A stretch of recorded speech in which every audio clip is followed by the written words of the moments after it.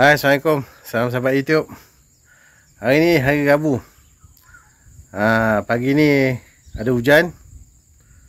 Dia hujan sekejap-sekejap je, tapi ramalan cuaca mengatakan yang hari ni akan hujan juga sekejap-sekejap sampai ke petang, sampai ke malam. Lepas tu besok akan ada hujan. Hari Khamis pun akan ada hujan. Sebab dia amaran cuaca dah dikeluarkan oleh Jabatan Meteorologi rasanya. Kan? Lepas tu kita pun dah check tengok dekat windy.com. Windy pula. Windy.com. Memanglah nampak gayanya Khamis Jumaat ni hujan. Tapi itulah, saya datang ni nak meracun. Pam meracun Ogawa saya bawa yang 16 liter. Jadinya tak apalah, kita racun jugalah sebab saya akan pakai gam racun. Cumanya dia punya, orang kata, taburan hujan dia tu sampai dikeluarkan amaran boleh banjir. Jadi kebun saya ni pun memang rendah. Kan? Memang macam biasalah, kita tahulah kan, kalau ada amaran banjir tu kadang-kadang kalau tak teruk pun dia naik paras buku lali kan. Tapi itulah, tetap juga perlu dibuat kawalan rumpai. Dah nak start hijau dah. Saya lepas daripada saya sembuh kitosan tu, yalah, bukan hari Ahad tu saya sembuh kitosan, rumput masih lagi pendek. Jadi saya rasa hari Isnin tu takkan nak racun kan, bukan ada rumput sangat pun. Tak apalah, kita tunggu hari Selasa. Tapi itulah, hari Selasa tu lalas sekali saya mengambil keputusan untuk tak pergi kebun jugalah. Sebab bertungkus lumus sangat nak cuci kebun ni time-time bulan puasa dengan panas-panasnya lagi kan. Demam sesama juga kan. So hari Isnin tu saya datang tengok kebun, rumput tak ada sangat nak racun. Hari Selasa tu rasa macam tak payahlah kita nak buat apa-apa pun. Hari ni hari Rabu. Pagi tadi hujan ni, nampak dah rumput macam hijau-hijau sikit. Tapi yalah, takkan dalam masa 2 hari je rumput boleh hijau kan. Tak tahulah. Tapi boleh lah, kalau macam ni boleh lah kita racun kan. Jadinya kita campur gam racun.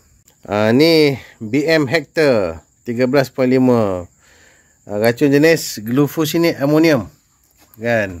Ni Ben Mayer punya versi racun Basta lah kan. Basta tu company lain, ni Ben Mayer. Tapi bahan aktif dia sama. Lepas tu percentage dia mungkin dia kurang sikit. Rasanya yang tu 15, yang ni 13.5. Dia kurang sikit lah, tak apalah. Lepas tu yang ni extra wet ni gam racun ataupun gam baja kan. Ni untuk bantu melengkapkan rumpai lah. Jadi yang lepas saya pakai gam ni dengan racun glyphosate. Kalau racun tu dah kering pada permukaan tumbuhan lebih kurang setengah jam macam tu kan. Lepas tu tiba-tiba datang hujan, tak ada masalah.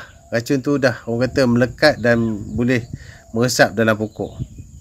Tapi untuk glufosinate ni saya tak pernah try lagi. Saya rasa saya tak pernah try lagi kan. Kesan dia selepas kita campur dengan gam racun ni, lepas tu kita sembuh, lepas tu katakan dalam tempoh sejam lepas tu hujan, saya tak pernah try lagi. Sebab saya jarang pakai racun glufosinate ni. Banyak saya pakai racun glyphosate kan. Jadi saya bancuh ikut sukatan yang disyorkan. Jadi ni saya nak pergi meracun lah kan. Sembang lama-lama pun cuaca makin mendung ni.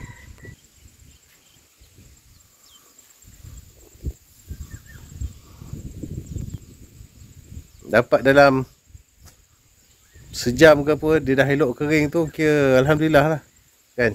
Jom. Okey, macam biasa saya akan pakai topeng ni. Memang nampak cuaca ni akan hujan lagi dalam sejam lebih macam tu. Saya nak setengah jam lagi dia hujan. Jadi saya nak sembuh cepat-cepat. Ni kalau apa ni, kalau tak berkesan pun kita tahulah kan. Kalau dia berkesan pun kita tahulah yang memang boleh racun kan.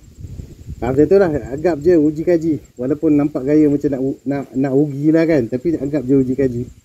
Okey, ni laluan ni kita mulalah meracun. Bismillahirrahmanirrahim. Angin pun agak kuat.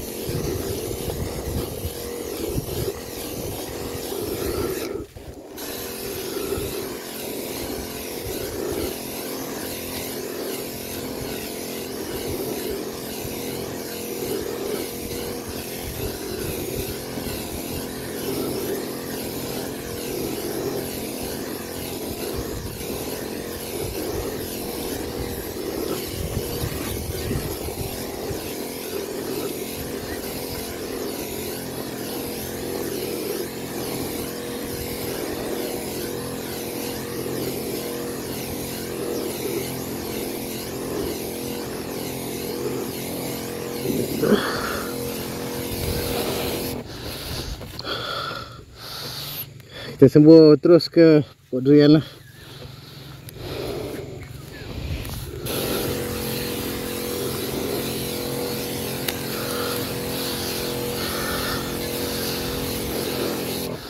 Kita sembur keliling pokok durian.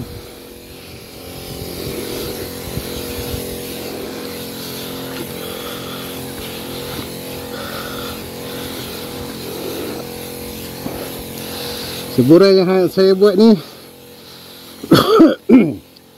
adalah semburan kepada laluan akses saja. Busut mungkin saya tak sembuh. Kalau tak sempat hari ni saya tak sembuh lah. Sebab busut sekejap je dah cuci. Lorong akses ni dia ambil masa.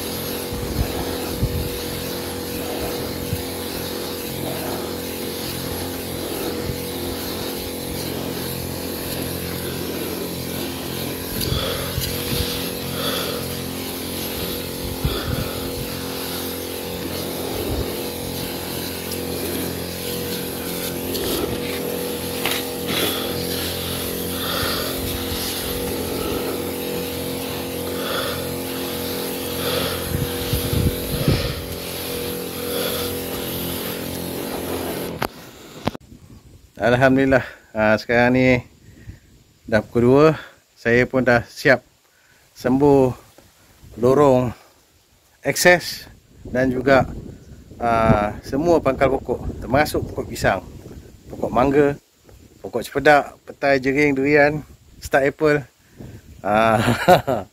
Jadinya kita tengok macam mana kan. Kalau hari ni tak ada hujan, insya-Allah racun tu akan meresap lah kan. Kalau ada hujan pun nanti saya ceritalah berapa jam selepas saya siap sembur ni.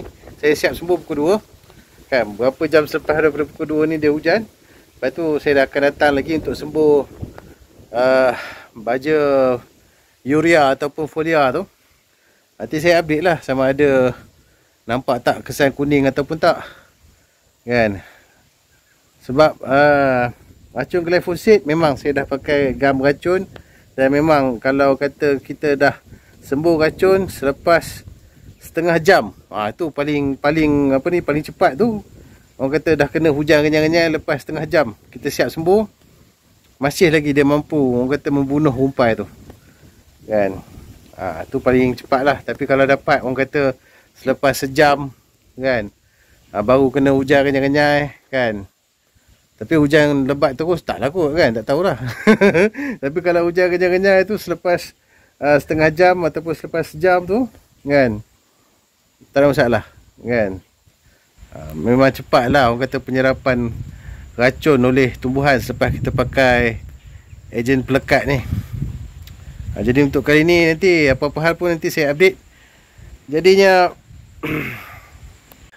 semalam sempena dengan Nuzul Quran, saya dah upload satu video berkenaan dengan tafsir kisah dua orang pekebun dalam surah Al-Kahfi, kan, yang mana dua orang pekebun tu besar kemungkinan adalah kiasan yang merujuk kepada dua orang raja, ataupun dua jenis kerajaan, ataupun dua pemilik tanah, kan, pemilik kebun, pemilik tanah, mungkin itulah, kan, yang mana satu tanah pertama tu adalah tanah kerajaan Israel, dan tanah yang kedua tu adalah tanah kerajaan Judah, kan.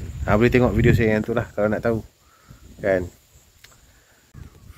Jadi di kesempatan ini juga saya nak mengisytiharkan yang saya mengambil pendirian yang sama dengan Imam Asy-Syafi'i rahimahullah, yang mana sekiranya pendapat saya ni bertentangan dengan hasil kajian, kan, hasil kajian orang yang lagi, orang kata, lengkap lah kelengkapan dia, kan. Dia boleh pergi tengok sendiri dekat tu ada apa, dekat sini apa semua, lepas tu modal dia pun besar, dia boleh buat video lagi cantik apa semua, kan, dia boleh buat kitab apa semua. Maka sekiranya kajian saya bertentangan dengan diorang ni, tinggalkanlah kajian saya ni, kan. Sebab saya pun apa sangat yang saya boleh buat, kan. Duduk atas kursi, buka TV, cari YouTube, kan, tengok dalam sumber kitab-kitab online, kan.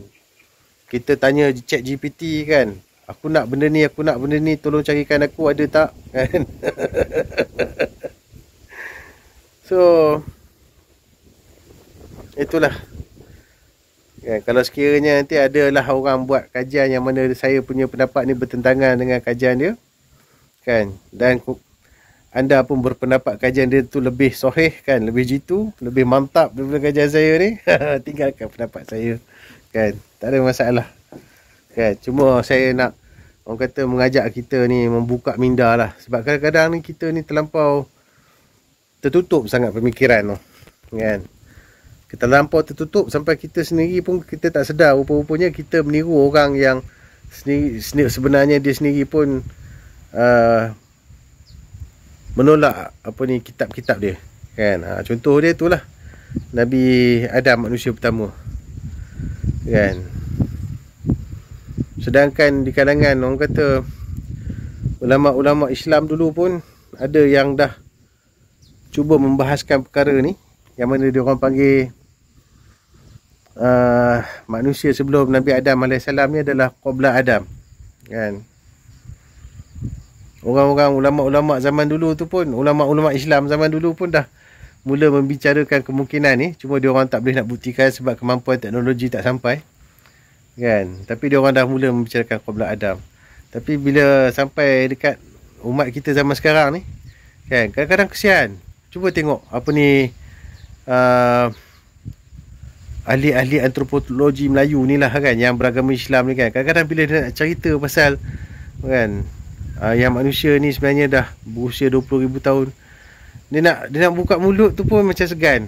Sebab apa? Sebab nanti dia takut ada orang-orang yang terlebih alim daripada kan, orang-orang ni nanti akan duk bahan dia, itulah Nabi Adam baru 4,000 tahun, kan, korang ni tak beriman kepada Quran lah apa semua, kan. Sedih, kan, korang tu sendiri tak faham Quran. Bumi tu korang kata lepeh, kan. Nabi Adam tu kau kata manusia pertama. Lepas tu benda-benda tu semua ni, kan, zaman medieval punya pemikiran. Zaman medieval kat United Kingdom, kat Eropah tu punya pemikiran. Kau tahulah siapa, kan. Malas nak cakap. Jadi itulah, sekian saja perkongsian saya pada kali ini. Sampai berjumpa lagi. Assalamualaikum dan selamat bertani.